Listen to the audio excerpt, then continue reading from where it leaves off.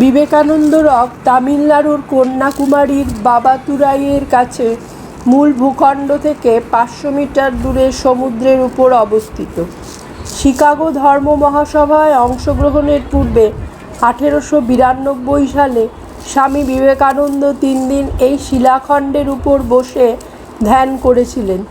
তারই স্মৃতিতে 1970 সালে বিবেকানন্দ মেমোরিয়াল কমিটি এখানে একটি স্মারকস্থল নির্মাণ করেন। এই মন্দিরের ভেতরে স্বামী বিবেকানন্দের মূর্তি রয়েছে, কিন্তু মন্দিরের ভেতর ফটো তোলার অনুমতি নেই। বিবেকানন্দ রক থেকে আরব সাগর, ভারত মহাসাগর ও বঙ্গোপসাগরের মিলনস্থল দেখা যায়। প্রাচীন তামিল প্রবাদ অনুসারে এই শিলাতে দেবী কুমারী বসে তপস্যা করেছিলেন, তাই এই শিলার আগেকার নাম ছিল শ্রীপাদ পাড়াই।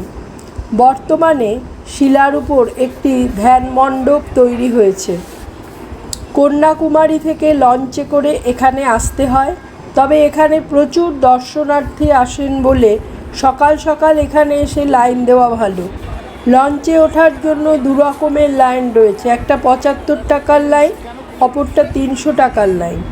এখানে সকাল 7টা থেকে বিকেল 5টা পর্যন্ত ফেরি চলাচল করে।